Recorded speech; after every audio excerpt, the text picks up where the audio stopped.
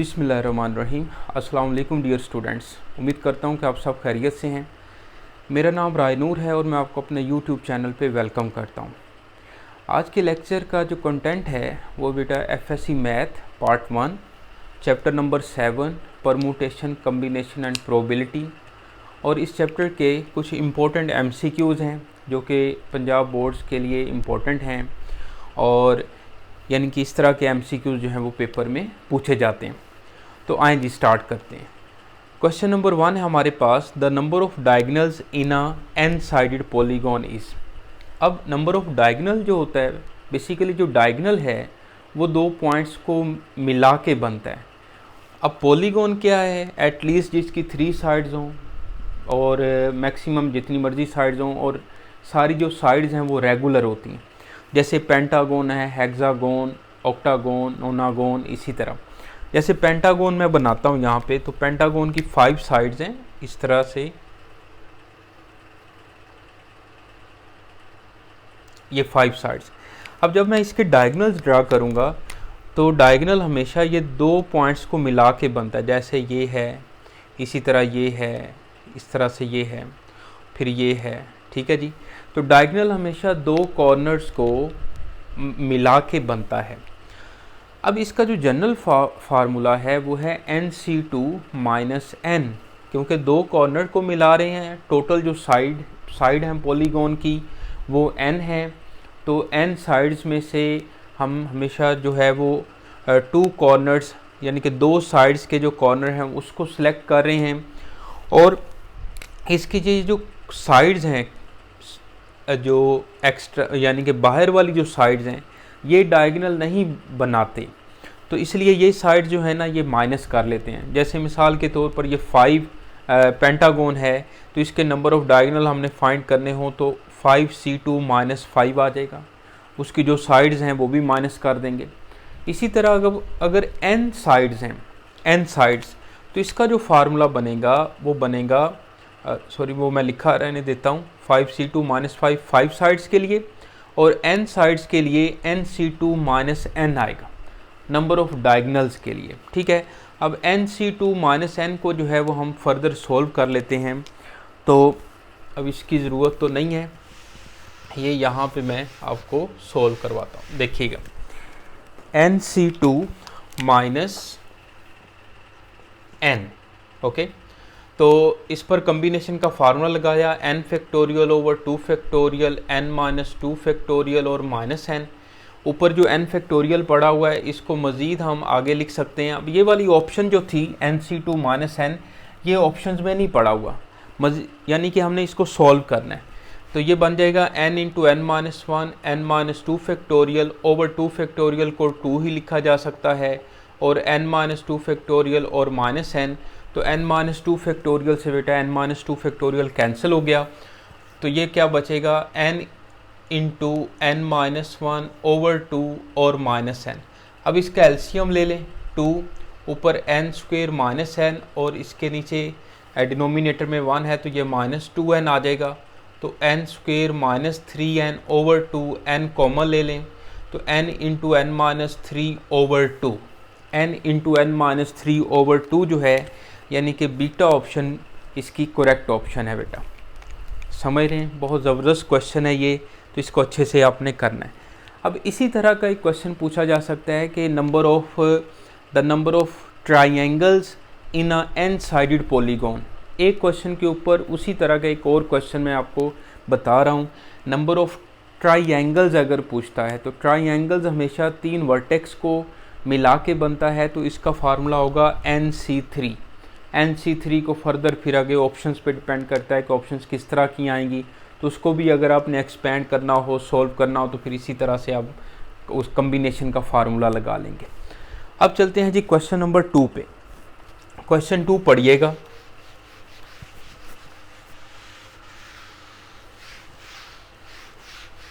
Question 2 है कि E एक सेट है जिसके वो एक एम्प्टी सेट है, बेसिकली E यानी कि एम्प्टी सेट है।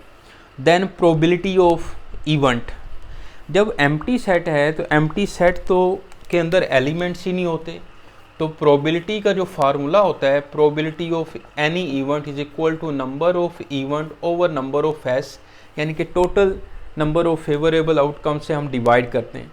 अब जब इस इवेंट के अंदर एलिमेंट्स ही नहीं है तो ये क्या बनेगा, 0 ओवर नंबर ऑफ एस, तो ये 0 आ जाएगा। तो इसका आंसर आएगा probability of E is equal to 0, यानी कि अल्फा ऑप्शन बनेगी बेटा।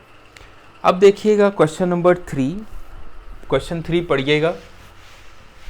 If A and B are independent events then A probability of A dot probability of B is equal to, ये आपकी 7.8 एक्सरसाइज का क्वेश्चन है। जब इंडिपेंडेंट इवेंट्स होते हैं तो probability of A intersection B is equal to probability of A into probability of B होता है। ये इंडिपेंडेंट इवेंट्स हैं, ओके, इंडिपेंडेंट इवेंट्स। और इसके बाद जो डिपेंडेंट इवेंट्स हैं, डिपेंडेंट इवेंट्स के दो फार्मूले होते हैं। Probability of A union B is equal to probability of A plus probability of B. ये जो फार्मूला है डिसजॉइंट इवेंट्स का होता है, डिसजॉइंट इवेंट्स, ओके, जिनमें कॉमन नहीं आते, और डिसजॉइंट इवेंट्स को म्यूचुअली एक्सक्लूसिव इवेंट्स भी कहते हैं। इसके बाद दूसरा फार्मूला होता है probability of A union B is equal to probability of A plus probability of B minus probability of A intersection B. ये जो फार्मूला है वो ओवरलैपिंग इवेंट्स के लिए होता है बेटा, ठीक है जी। और अब यहाँ पर इंडिपेंडेंट इवेंट्स हैं तो probability of A dot probability of B किसके इक्वल होगा, probability of A intersection B, यानी कि बीटा ऑप्शन है जी, ओके। अब चलते हैं क्वेश्चन 4 पे। क्वेश्चन 4 पढ़िएगा।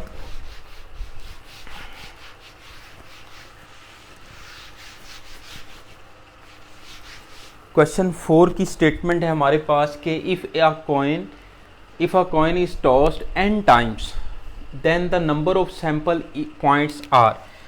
आपको पता है कि जब एक कॉइन टॉस करें तो उसका सैंपल स्पेस 2 की पावर 1 यानी कि 2 हेड टेल बनता है। जब 2 कॉइन टॉस करेंगे तो उस सैंपल स्पेस में जो वैल्यूज़ आएंगी वो head head, head tail, tail head और टेल टेल बनेंगे। इसी तरह 3 टाइम अगर कॉइन को टॉस करें तो 2 की पावर 3, 4 टाइम करें तो 2 की पावर 4, इसी तरह चलते जाएं। तो अगर n टाइम टॉस करें कॉइन को तो उसके सैंपल स्पेस में जो पॉइंट्स आएंगे वो 2 की पावर n बनेंगे जी, बीटा ऑप्शन है जी, ओके। क्वेश्चन देखें 5, if a coin is toss then events a is equal to h है। इस सेट के अंदर एक एलिमेंट है हेड और इसके अंदर tail, are mutually exclusive, certain, exhaustive और इम्पॉसिबल इवेंट्स। देखिए बेटा ये दोनों ए और बी जो सेट हैं इनमें कुछ भी कॉमन नहीं है। इसमें हेड एलिमेंट है, इसमें टेल एलिमेंट है, तो कुछ भी जब कॉमन नहीं होता तो वो डिसजॉइंट इवेंट्स होते हैं। और डिसजॉइंट इवेंट्स को हम क्या कहते हैं, म्यूचुअली एक्सक्लूसिव इवेंट्स कहते हैं, ओके। बाकी सर्टन इवेंट तब होता है जब प्रोबेबिलिटी जो है किसी भी इवेंट की 1 हो। इम्पॉसिबल इवेंट होता है कि probability of event is equal to 0, ठीक है जी। और एग्जॉस्टिव इवेंट्स जो होते हैं ये इक्वली लाइकली इवेंट्स होते हैं जिसमें हर इवेंट की प्रोबेबिलिटी सेम होती है। अब आ जाएं जी क्वेश्चन नंबर 6 पे। तो 11C0 plus 11C1 is equal to, तो ये फार्मूला आपने याद रखना है कि NCR plus NCR plus 1 is equal to N plus 1 CR plus 1, ठीक है। ये आपकी बुक का रिज़ल्ट है कि अगर ऊपर वाले दोनों सेम हैं तो इसमें आपने 1 ऐड कर देना है N प्लस 1, और नीचे से जो बड़ी वैल्यू है वो आपने लिखनी है N प्लस 1 CR प्लस 1, ठीक है जी। तो इसको हम कंफर्म भी कर लेते हैं। ये आपकी बुक का रिज़ल्ट है N प्लस 1 CR, ये 7 पॉइंट, एक सेकेंड मैंने कहा कि कंफर्म कर लूँ, N प्लस 1 और बिल्कुल ठीक है, ओके। यानी कि ऊपर वाली वैल्यू सेम है तो इसमें आपने प्लस 1 करना है और नीचे से जो बड़ी वैल्यू है वो आपने लिखनी है। आपकी बुक पर जो रिज़ल्ट है वो उसने लिखा हुआ है NCR और NCR-1, इसलिए मैं थोड़ा सा डबल माइंडेड हुआ था। तो उसमें किसके इक्वल होगा, ये n+1 ऊपर आ जाएगा और यहाँ से जो बड़ी वैल्यू है r वो बन जाएगी। अब यही वाला फार्मूला आप यहाँ पे अप्लाई करो तो 11c0 + 11c1, ऊपर वाली वैल्यू सेम है, इसमें +1 कर दो और 0 और 1 में बड़ी वैल्यू क्या है 1, तो 12c1 इसका आंसर है बेटा चार्ली ऑप्शन। ओके, अब चलते हैं जी क्वेश्चन 7 पे। क्वेश्चन 7 पढ़िएगा, the probability of a face card is, मुझे बताएं कि जो प्लेइंग कार्ड्स होते हैं इसमें जो पिक्चर कार्ड हैं वो कितने होते हैं। तो ये 12 पिक्चर्स कार्ड होते हैं और टोटल जो है वो 52 हैं। तो पिक्चर्स कार्ड की जो प्रोबेबिलिटी है वो 12/52 आ जाएगी। इसको बेटा सोल्व कर लें, 2 पे कट किया, फिर 2 पे कट किया तो 3/13, यानी कि चार्ली ऑप्शन इसकी करेक्ट ऑप्शन है बेटा। आगे चलते हैं, क्वेश्चन पढ़िएगा, 5 keys can be arranged in a circular ring in number of ways. तो ये आपका जो है सर्कुलर परमुटेशन का क्वेश्चन है। बेसिकली 5 कीज़ हैं और ये कैन बी फ्लिप्ड हैं, इनको फ्लिप किया जा सकता है, इनकी जगह चेंज की जा सकती है। तो इसका जो फार्मूला होता है नंबर ऑफ परमुटेशंस का, नंबर ऑफ सर्कुलर परमुटेशन का, वो ये फार्मूला होता है 1/2 × n-1 फैक्टोरियल। तो 1/2 n की जगह पे 5 लिख लो, तो ये 4 फैक्टोरियल ओवर 2, 4 फैक्टोरियल जो है वो 24 होता है। तो ये नंबर ऑफ वेज बनेंगे 12। तो इसकी बीटा ऑप्शन जो है वो करेक्ट ऑप्शन है जी। आगे देखें क्वेश्चन नंबर 9। और अगर जिस तरह से पर्सन्स हैं उनको अगर सर्कुलर टेबल पे बैठाना है तो उसका जस्ट फार्मूला n-1 फैक्टोरियल होता है। जब आपने लोगों को, पर्सन्स को राउंड टेबल पे, सर्कुलर टेबल पे बैठाना हो तो उसकी जो परमुटेशंस हैं, अरेंजमेंट्स हैं, नंबर ऑफ जो वेज हैं वो n-1 फैक्टोरियल बनती हैं। ये भी आपने याद रखनी है। इसके बाद देखिए जी क्वेश्चन नंबर 9 में, Pakistan and India play a hockey match, probability that Pakistan will win. जब 2 टीम्स मैच खेलें तो 3 सैम्पल स्पेस में विन, लूज और टाई, 3 जो पॉसिबिलिटीज़ होती हैं कि विन, लूज और टाई। अब Pakistan and India play a hockey match, probability that Pakistan will win. तो पाकिस्तान विल विन मीन 1/3 इसका आंसर होगा। ओके, अगर कहते हैं कि पाकिस्तान डज नॉट विन तो इसकी प्रोबेबिलिटी होगी 2/3, या तो वो लूज़ हो जाएगा मैच या वो टाई हो जाएगा। India win 1/3, India does not win 2/3। Okay, question देखिएगा 10, if n is a negative integer then n factorial is. ये फैक्टोरियल की नोटेशन है। n फैक्टोरियल को हम इस तरह से भी लिख लेते हैं।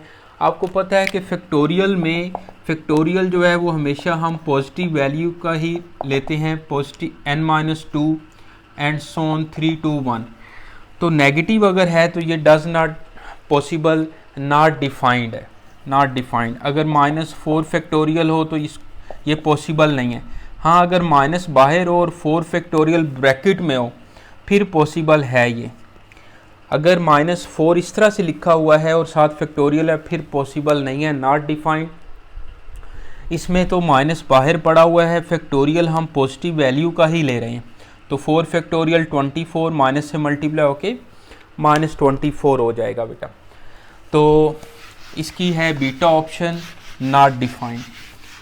आगे चलते हैं जी, क्वेश्चन देखिएगा 11, if A and B are independent events and probability of A is equal to 5/7 and probability of B is equal to 7/9। तो जब ये इंडिपेंडेंट इवेंट्स हैं तो अभी हमने फार्मूला पढ़ा है, probability of A intersection B is equal to probability of A into probability of B। Probability of A जो है 5/7, 7/9, तो इसका आंसर क्या बन जाएगा 5/9। तो इसकी बेटा डेल्टा ऑप्शन है करेक्ट ऑप्शन। समझ रहे बात। क्वेश्चन देखिएगा 12, if NC8 is equal to NC12 then n equal to. तो ये कम्प्लीमेंट्री कम्बिनेशन का जो है वो फार्मूला बन रहा है, NCR is equal to NCn-R होता है।